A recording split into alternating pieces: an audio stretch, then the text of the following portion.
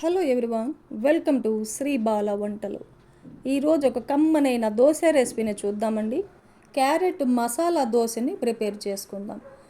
ఆదివారం రోజు కానీ ఫ్యామిలీలో అందరూ ఇంటి దగ్గర ఉన్నప్పుడు కానీ ఇలా కమ్మగా క్యారెట్ మసాలా దోశలు చేసి ఇవ్వండి. హ్యాపీగా ఎంజాయ్ చేస్తూ తింటారండి. క్రిస్పీగా కమ్మగా భలే రుచిగా ఉంటాయి. హెల్త్కి కూడా చాలా చాలా మంచిది కదండి. ఇప్పుడైతే ప్రాసెస్ని చూసేద్దాం. ఒక గిన్నె పెట్టేసుకొని 3 కప్పుల రైస్ వేస్తున్నాను. ఏ రైస్ అయినా తీసుకోవచ్చు. అదే కప్పుతో 1 కప్పు మినపగుళ్ళను వేసేసుకోవాలి.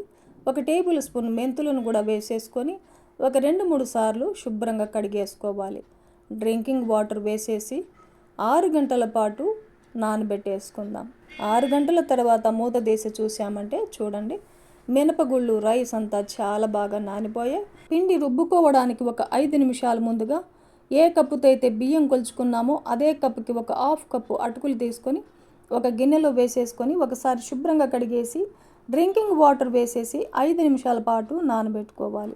బియ్యము మినపగుళ్ళు నానబెట్టుకున్న వాటర్ని సపరేట్గా పంపేసి మిక్సీ జార్లో వేసేసుకుందాం. 2 దపాలుగా మిక్సీ పడుతున్నానండి. మీరు కావాలంటే గ్రైండర్లో కూడా రుబ్బేసుకోవచ్చు. నానబెట్టుకున్న వాటర్ని కొద్ది కొద్దిగా వేసుకుంటూ మెత్తగా మిక్సీ పట్టేసుకొని ఒక గిన్నెలో వేసేసుకుందాం. మిగిలి ఉన్న మినపగుళ్ళు రైస్ను వేసేసుకొని నానబెట్టుకున్న అటుకులను కూడా వేసేసుకుందాం. కొద్దిగా నానబెట్టుకున్న వాటర్ని వేసేసుకొని మెత్తగా మిక్సీ పట్టేసుకొని గిన్నెలో వేసేసుకుందాం. ఇంకొద్దిగా వాటర్ని యాడ్ చేస్తున్నాను. ఇప్పుడు మొత్తాన్ని బాగా కలిపేసుకోవాలి. ఇలా బాగా కలిపేసిన తర్వాత మూత పెట్టేసి కనీసం 8 గంటల పాటు నానబెట్టుకోవాలి. నేనైతే ఓవర్ నైట్ నానబెట్టేస్తున్నానండి. నెక్స్ట్ డే మార్నింగ్ మూత తీసి చూసామంటే చూడండి, పిండి ఎంత బాగా పొంగిందో. ఇప్పుడు ఒకసారి పిండిని అంతా బాగా కలిపేసుకొని మనకు కావలసినంత పిండిని సపరేట్గా తీసుకొని మిగిలింది ఫ్రిడ్జ్లో పెట్టామంటే 3-4 రోజుల వరకు రకరకాల దోశ రెసిపీస్ని, ఇడ్లీని ప్రిపేర్ చేసుకోవచ్చు. క్యారెట్ దోశకు కావాల్సిన పిండిని సపరేట్గా తీసాను. దోశకు కమ్మనైన చట్నీ కూడా కావాలి కదండి. చట్నీని ప్రిపేర్ చేసుకుందాం. తర్వాత దోశను వేసేసుకుందాం. 1 కప్పు పల్లీలని మీడియం ఫ్లేమ్లో వేయించేసుకొని పైన పొట్టు తీసేసి 1 కప్పు వేరుశనగ పప్పుని ఒక మిక్సీ జార్లో వేసేసుకుందాం. టేస్ట్కి సరిపడా సాల్ట్ వేసేసుకొని మూత పెట్టేసి ఒకసారి మిక్సీ పట్టేసుకొని నేను ఇక్కడ ఒక 5 పచ్చిమిర్చి వేస్తున్నానండి. మీరు మీ టేస్ట్ తగినట్టు పచ్చిమిర్చిని వేసేసుకోవచ్చు. ఒక ఉల్లిపాయని ఇలా చిన్న చిన్న పీసెస్గా కట్ చేసి వేసేసుకోవాలి. చట్నీ మిక్సీ పట్టుకోవడానికి ఒక అరగంట ముందుగా కొద్దిగా చింతపండుని ఒకసారి శుభ్రంగా కడిగేసి డ్రింకింగ్ వాటర్ వేసేసి నానబెట్టుకోవాలి. ఇలా నానబెట్టుకున్న చింతపండుని వాటర్తో పాటే వేసేసుకుందాం. ఇంకొంచెం వాటర్ని వేసేసుకొని మూత పెట్టేసి మెత్తగా మిక్సీ పట్టేసుకొని ఒక సర్వింగ్ బౌల్లో వేసేసుకుందాం. ఇంకొంచెం వాటర్ని యాడ్ చేస్తున్నాను నేను. చట్నీ మీకు ఎంత లూజ్ కావాలనో దానికి తగినట్టుగా వాటర్ని యాడ్ చేసుకోవచ్చు. ఒకసారి బాగా కలిపేసుకొని చట్నీకి పోపును కూడా పెట్టేసుకుందాం. స్టవ్ ఆన్ చేసుకొని ఒక చిన్న ప్యాన్ పెట్టేసుకొని 1 టేబుల్ స్పూన్ ఆయిల్ వేసేసుకొని ఒక 1/2 టేబుల్ స్పూన్ ఆవాలు, 1/2 టేబుల్ స్పూన్ జీలకర్ర, 1 టేబుల్ స్పూన్ మినపగుళ్ళు, కొద్దిగా ఫ్రెష్ కరివేపాకు, ఒక 2 ఎండుమిర్చిని తుంచేసి అలా వేసేసుకొని ఈ పోపునంతా బాగా వేయించుకున్న తర్వాత చట్నీలో కలిపేసుకున్నామంటే కమ్మనైన పల్లీ చట్నీ మనకు రెడీ అయిపోతుంది. ఈ చట్నీ ఏ టిఫిన్కైనా కూడా చాలా చాలా బాగుంటుందండి.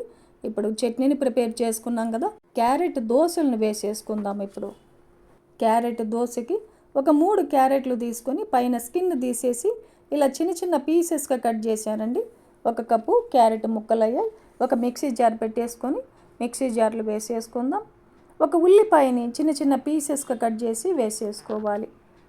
1 ఇంచి అల్లాన్ని పైన స్కిన్ తీసేసి ఇలా చిన్న చిన్న పీసెస్గా కట్ చేసి వేసేసుకుందాం. ఒక 2 పచ్చిమిర్చిని 2గా కట్ చేసి వేసుకోవాలి. కొద్దిగా కొత్తిమీరను కూడా వేసేసుకోవాలి. ఒక 1/2 టేబుల్ స్పూన్ జీలకర్రను వేసేసుకొని అవసరమైతే 1 టేబుల్ స్పూన్ వాటర్ను వేసేసుకొని ఇలా మెత్తగా మిక్సీ పట్టేసుకొని దోశ బ్యాటర్లో వేసేసుకొని కలిపేసుకుందాం. టేస్ట్కి సరిపడా సాల్ట్ను కూడా వేసేసుకోవాలి. ఈ మొత్తాన్ని బాగా కలిపేసుకుందాం.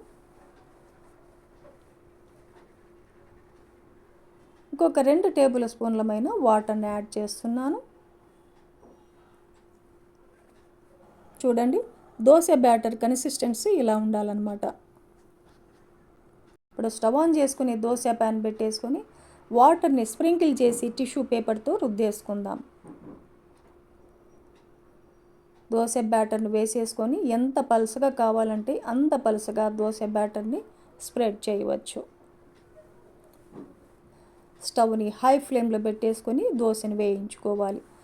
దోశ పచ్చిదనం పోయిన తర్వాత 1 టేబుల్ స్పూన్ ఆయిల్ కానీ నెయ్యిని కానీ వేసేసుకోవాలి. దోశ ఒకవైపు వేగిన తర్వాత రెండవ వైపు కూడా తిప్పేసుకుందాం. వావ్, చూడండి క్రిస్పీగా దోశలు ఎంత బాగున్నాయో. సండే టైంలో కానీ ఇంట్లో అందరూ ఉన్నప్పుడు కానీ ఇలా కమ్మగా క్యారెట్ దోశలను వేసి ఇచ్చామంటే ఫ్యామిలీలో అందరూ చాలా చాలా ఇష్టంగా తినేస్తారండి. ఎందుకంటే అంత టేస్టీగా ఉంటాయన్నమాట. హెల్త్కి కూడా చాలా చాలా మంచిది కదండి. ఇలాగే మనకు ఎన్ని కావాలంటే అన్ని క్యారెట్ మసాలా దోశల్ని వేసేసుకోవచ్చు. ఎప్పుడు ఒకేలాగా ప్లెయిన్ దోశలే కాదండి, అప్పుడప్పుడు ఇలా క్యారెట్ మసాలా దోశల్ని కూడా వేసేసుకుని తిన్నామంటే కమ్మగా భలే రుచిగా ఉంటాయి. ఈ ప్రాసెస్లో మీరు కూడా ప్రిపేర్ చేసి ఫ్యామిలీతో టేస్ట్ చేయండి. ఈ వీడియో నచ్చితే లైక్ చేయండి, షేర్ చేయండి, సబ్స్క్రైబ్ చేయండి. థ్యాంక్ యూ అండి.